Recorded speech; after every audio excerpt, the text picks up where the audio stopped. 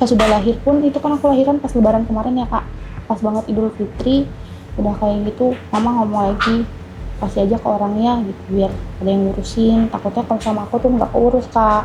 Tapi akunya juga aku menyanggupi kalau misalnya aku bisa koma. Aku terakhir ngechat itu emang pas aku bilang aku sakit, aku bilang aku mau nyusuin anak aku sebentar aja biar keluar aja sih aku. Itu bis itu nggak direspon lagi kak.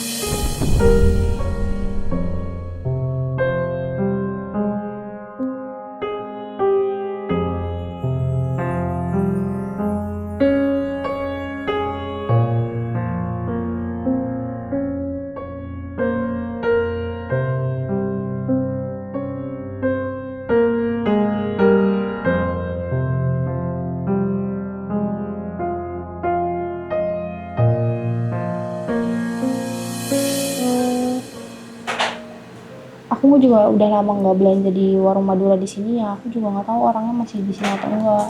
Takutnya gitu. Kan udah aplus. Ini nomor teleponnya siapa? Nomor telepon saudaranya yang di sini. Oh, saudara yang di sini. Ini kasih nomor yang ada di yang nomor pribadinya ada. Yang kata dua anaknya semuanya kasih aja. Enggak, dia nggak ngasih kak. Enggak ngasih. Yang telepon biasa nggak? Enggak. Misalnya waktu itu emang sempat minta cuman nggak dikasih. Dia ngalihin pembicaraan mulu kak. Tapi kayaknya nggak di lokasi sih kak, soalnya kayak nyampenya cepet banget. Aku sih firasatnya masih daerah sini kak. Soalnya pas si saudara sini datang, awalnya tuh ngobrol sama aku sama mama. Awalnya dia bilang laut saya aja, biar saudara saya nggak usah datang ke sini karena jauh dari Bekasi. Tapi selang 1 jam kurang kak, kamu nyampe ke sini. Kamu megang KTP-nya nggak? Enggak, aku nggak foto KTP. Nggak ada data sama sekali. Nggak ada data sama sekali kak.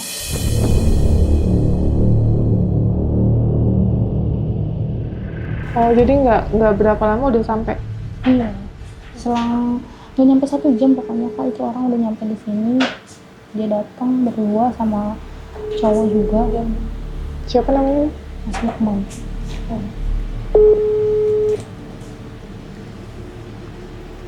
Ini perantaranya? Iya, saudaranya ini kak, Oh, yang di sini.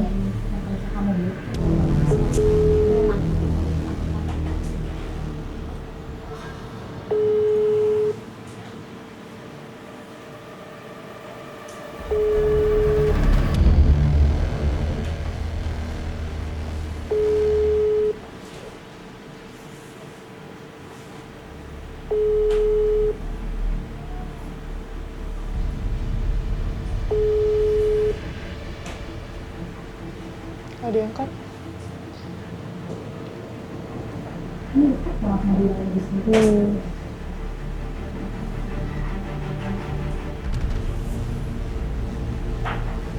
Ini surat-surat lahiran aku juga belum ada nama anaknya kak. Aku pulang kesini juga belum ngasih nama anak aku. Tapi ada SK Surat keterangan lahir kan? ada. SKL. Ada ini. Oke. Fotonya cuma itu doang ya, kamu ya? Iya. Foto bayinya nggak ada lagi? Ada lagi. Kamu ada. Dikirim semua mbak ke admin mbak.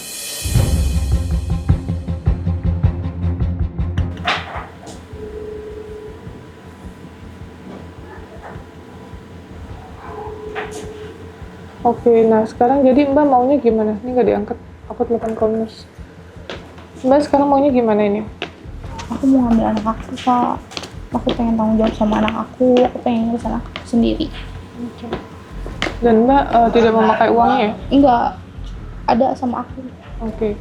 Jadi kalau misalnya nih, ya kan, misalnya, ini kita ngomong misalnya dulu ya, nggak ketemu titik terang nih, ya kan? Misalnya nih anak ini nggak tahu ada di mana dan lain-lain, mau nggak siap jalur hukum?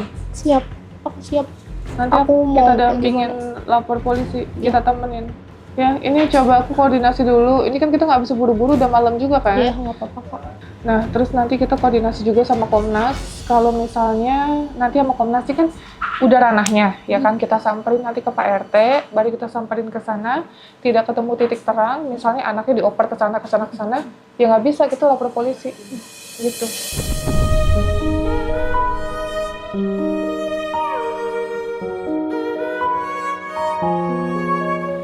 Mbak pun nggak ada foto sama yang mengambil bayinya, cuman perantaranya Yang doang. ngambil bayinya itu kak ibu. Ya itu, tapi kan untuk orang lain kan. Enggak, itu dia yang ngambil ibunya. Itu yang mau bawa ke sana ke Bekasi. Yang perantara si Om itu enggak, emang si Om Lukman itu emang tinggal di sini kak. Itu yang ngambil bayinya. Iya, itu yang mau sama bayinya. Tapi katanya, Iya.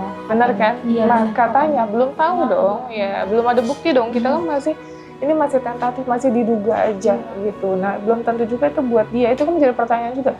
Karena menurutku ibunya udah tua juga untuk Iya, merawat benar. bayi gitu loh. Aku yakinnya itu Kak, dari awal. Nah itu, jadi itu aja. Jadi maksudku, ini aku tanya nih, kamu siap nggak untuk tempuh jalur hukum? Siap. Siap ya? Oke. Tapi kalau untuk kesepakatan, surat kesepakatan mau dipakai materai kayak mau dipakai apa itu tetap nggak bisa sah. Ya, belum nggak bisa sah kecuali ada surat yang namanya pengadopsian dari kantor pengacara ya Mbak untuk ke notaris dan lain-lain. Nah itu kan nggak ada ya. Bukan ke notaris sih, lebih ke pengadilannya nanti itu kan nggak ada gitu.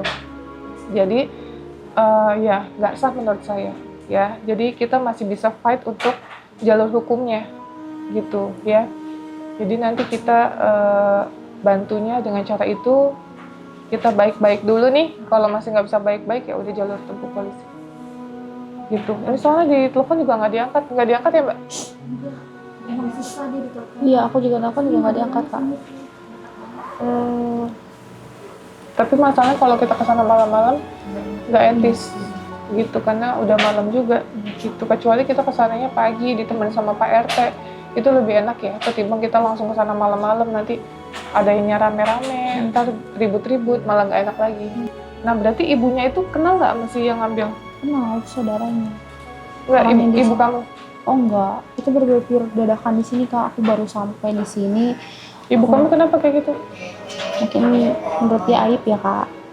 Emang bener aib, tapi nggak seharusnya menurut aku tuh kayak gitu. Nggak harus dikasih ke orang, karena aku masih sanggup, masih bisa berdiri di kaki aku sendiri. Aku juga nggak minta mamaku buat ngurusin sebenarnya. Aku cuma butuh ditemenin aja, didampingin, dikasih masukan gitu. Aku nggak bener-bener nggak minta tenaga mamaku buat jagain anakku gitu, enggak kak. Cuman mamaku mungkin itu menurutnya aib. Jadi kalau bisa ya ditutup seraput-raputnya aibnya. Menurut ibu kamu? Iya. Tapi udah kalau kayak gini kan yang dirugiin kamu.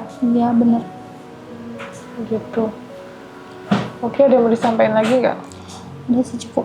Yang penting Ada aku yang dibantu aja. jangan ditutupin ya? Iya. Semua harus terbuka, semua harus jujur supaya apa? Supaya kita bisa bantu mediasi. Kalau misalnya dari awal ditutupin, dibohongin kan nantinya kalau ketahuan kan jadi nggak enak juga gitu. Soalnya yang udah-udah gitu ya Mbak, gitu. Aku sih kesannya ke dia jujur gitu. Kalau kayak ibu kamu kayak gitu udah terus terang aja, bukannya kita mau jelekin ibu kamu gitu. Maksud aku bilang ke dia kamu jujur nih, daripada kamu nangisin anak kamu ini aku juga nggak bisa bantu gitu kak. Kata dia iya pokoknya yang pahit dari ibu kamu kemarin itu jujur aja, makan nanti pas ketemu aku bilang gitu. Terus? Nah, aku katanya juga nih kamu kan ketemu kamu tuh pasti bakalan rame nih, kamu siap nggak? Dia bilang aku siap kak. Terus kan aku kan nggak ngerti hukum ya kak, maaf ini masalah perjanjian di atas materai gimana, katanya bawa hukum aku siap kak, dia bilang kayak gitu. Nggak ada masalah. Nggak ada masalah kecuali udah urusannya udah ke pengadilan ya Mbak, ketok palu udah disahkan gitu ya. Berarti secara sadar kalau udah ke pengadilan emang ibunya secara sadar mau ngasih anaknya. Tapi kalau jalur kayak gini nggak bisa Mbak. Makanya buat kalian ya guys, ini aku cuma saran. Kalau kalian mau adopsi anak ya, mau katanya oret-oretan kek apa segala macam pakai materai 10 nggak bisa guys. Ya nggak bisa segampang itu. Ya jadi hak ibu tetap bisa mengambil lagi kapanpun itu. Jadi menurutku kalau kalian mau mengadopsi secara resmi aja ya, secara resmi yang sudah benar-benar difilter oleh negara ya, karena akan memberikan yang terbaik untuk si calon pengadopsinya. Nah kalau kayak gini banyak pihak-pihak yang dirugikan. Dan jujur ya guys, aku juga agak trauma ya Mbak waktu itu. Ada anak umur 14 tahun ya guys, ini aku flashback lagi. Aku tolongin dia dari hamil kandungan 2 bulan ya, anak 14 tahun yang dia melakukan itu secara sadar karena emang anaknya nakal ya. Sampai melahirkan, sampai ibunya dan anaknya kita rawat, sampai si ibunya ini kan 14 tahun nih, mau melanjutkan sekolah lagi, saya biayain, orang tuanya semua saya biayain semuanya. Tiba-tiba diambil lagi. Pada saat umur berapa Mbak? udah setahun lebih guys. Gimana aku nggak sakit hati? Ya udah kita sayang banget, udah kita ngasih yang terbaik untuk si ibunya ini yang 14 tahun dan juga anaknya. Terus tiba-tiba diambil lagi tanpa mikirin kondisi perasaan kami yang sudah merawat gitu ya. Tapi gimana pun itu adalah hak ibunya ya. Jadi pada saat kita ngomong baik-baik pun ternyata dia masih kekeh untuk mengambil, ya sudah, akhirnya kita kembalikan ya. Dan kondisi sekarang saya nggak tahu anaknya sekarang kayak gimana, tapi niat saya cuma mau nolong karena kondisi dia, jangankan untuk beli susu bayi, untuk makan aja mereka sulit ya. Kebayang nggak, ibunya ini anak umur 14 tahun, neneknya itu jualan gorengan ya. Terus neneknya ya, jadi itu pun dia masih punya adik yang masih SD ya Mbak, masih SD kan si adiknya si ibunya ini. Jadi complicated ya, kadang ada hal-hal yang kita merasa kita mau menolong, tapi ada hal-hal yang kadang memanfaatkan situasi, contohnya kayak gini. Dan ini bukan kali pertama yang dioper lagi, ini udah kesekian kalinya. Ya makanya aku selalu saran buat kalian yang mau ngadopsi, benar-benar harus sesuai dengan regulasi dan SOP yang ada, sesuai dengan undang-undang yang berlaku. Caranya seperti apa? Tanyalah sama dinas sosial, karena semuanya harus asesnya dinas sosial. Dan ini juga tidak ada sepengetahuan dinas sosial kan? Itu jelas tidak sah guys, ya. Karena tetap ada harus surat-surat yang harus dilakukan. Jadi bukan anak kucing ya guys. Kalau anak kucing, oke, saya suka nih sama anak ini, saya ambil, nah itu bisa. Kalau ini nggak bisa, ini anak manusia guys, ya jelas kita akan terus fight untuk mengambil bayi ini sampai ketemu, ya sampai ketemu. Kondisi bayinya berapa bulan? 2 bulan ya? 2 bulan, sekarang 2 bulan. Tapi kamu sama sekali udah nggak bisa ketemu? Nggak bisa. Dihubungin juga nggak diangkat? Nggak di-print ya foto anaknya? Enggak, aku belum nge-print.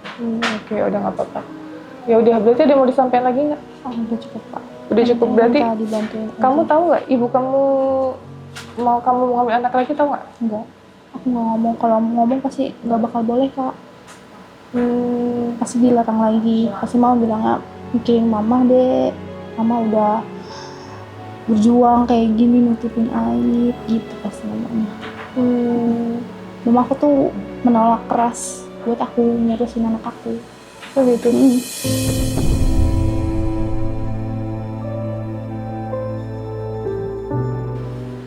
Walaupun mamaku tahu, akunya bilang aku mampu, tapi mamaku tuh nggak mau kalau akunya ngurusin anak aku. Kamu umur berapa sih? Aku umur 22, bulan ini baru 22. Si lakinya sama sekali nggak mau tanggung jawab? Enggak. Kamu udah ngomong baik-baik belum? Aku awalnya tuh udah bilang ya udah ayo kalau yang mau tanggung jawab, ayo nikah, ayo kita harus bareng-bareng. Awalnya dia bilang iya. Nggak, alamatnya tahu nggak? Dia juga di sini ngerantau Kak, ngekos. Tapi aku nggak tahu dia ngekosnya udah pindah apa belum. Nggak, ada KTP-nya nggak? KTP-nya aku nggak ada, aku nggak megang. Mau nggak dibantuin? Si lakinya sudah tanggung jawab. Kita selesai sampai selesai, tapi anak kamu ambil dulu. Iya. Anak kamu ambil, kita datengin, kita cari tahu, kita minta tanggung jawab. Kalau enggak, kita laporin dia sekalian. Itu yang itu kemarin Kak, aku ngomong ke mamanya, cuman aku bilang ke mamanya abis dia lahir nih mah, kita cari nih lakinya, udah dia biar di rumah aku dulu, aku udah ninggal kunci ke tetangga gitu. Ternyata dia bilang, Kak aku nggak pulang ke rumah kamu, aku di kontrakan, aku mikir kan anaknya bisa di kontrakan gini ya gitu. Ternyata mamanya tuh buka kontrakan yang mungkin udah ada ide itu Kak. Pokoknya dia lahiran malam, pagi mamanya langsung bawa anaknya keliling, bilangnya ngejemur ya. Nggak lama ya, ada lama dia datang, tapi dibawa dia nih. Terus aku bilang, udah kamu minta tolong orang aja, Kak nggak bisa, udah langsung suruh tanda tangan. Jadi gue punya suami. Oke. Tapi mau nggak kayak gitu? Mau Kak. Oke. Jadi satu-satu ya, step pertama kita cari anak, terus kedua kita minta tanggung jawab sama si laki. Ya kalau nggak mau tanggung jawab, ya udah kita laporin sekalian dia. Gitu ya. Itu aja sih kalau dari aku. Tapi yang paling kita harus lakuin, cari anaknya dulu ya, karena nggak mudah nih, anak nih nggak ada chipnya ya, nggak kayak kita hilang handphone, kita bisa track nih. Kalau anaknya susah banget ya, tapi kita megang fotonya sih, sebenarnya Mbak nggak ada megang KTP, agak susah juga nih. Iya Kak. Tapi nggak apa-apa, itu siang kita selesaiin semuanya ya. Oke, itu aja guys ya, bismillah ya. Saya percaya sih, saya nggak tahu ya, saya cuma modal niat baik aja. Saya percaya niat baik saya bakal memudahkan semuanya. Dan mbaknya juga sama, dia niat baik untuk merawat anaknya. Even pernah melakukan kesalahan, ya. Tapi apapun itu kan urusan mbak sama yang di atas ya. Urusan saya kemanusiaan untuk membantu mbak sebagai ibu yang berjuang untuk mengambil haknya kembali untuk mencari anak, gitu. Ya, oke, itu aja. Sekali lagi terima kasih. Mbak ini tahu kan akan ditayangkan di YouTube? Iya, Nggak ada masalah? nggak ada Kak. Nggak ada masalah? Nggak apa-apa. Aku siap konsekuensinya. Oke, ya udah. Berarti nanti minta tolong sambil cari nomor telepon Pak RT. Oh iya. Ya, nggak usah buru-buru, tapi besok cari tahu Pak RT boleh minta nomornya nggak? Itu buat apa? Ya buat koordinasi aja Pak RT. Ya, itu aja. Oke, itu aja ya guys. Terima kasih. Sambil aku koordinasi sama Komnas, Komisi Perlindungan Anak. Ya, jadi aku lagi koordinasi, tapi ini kan karena udah malam ya Besti, nggak enak juga kita ngeganggunya, jadi nanti by WA dulu, ntar ngejelasinnya besok ya pada saat jam kerja. Oke, terima kasih sekali lagi. Mohon doanya untuk mbaknya bisa ketemu sama bayinya kembali. Assalamualaikum warahmatullahi wabarakatuh.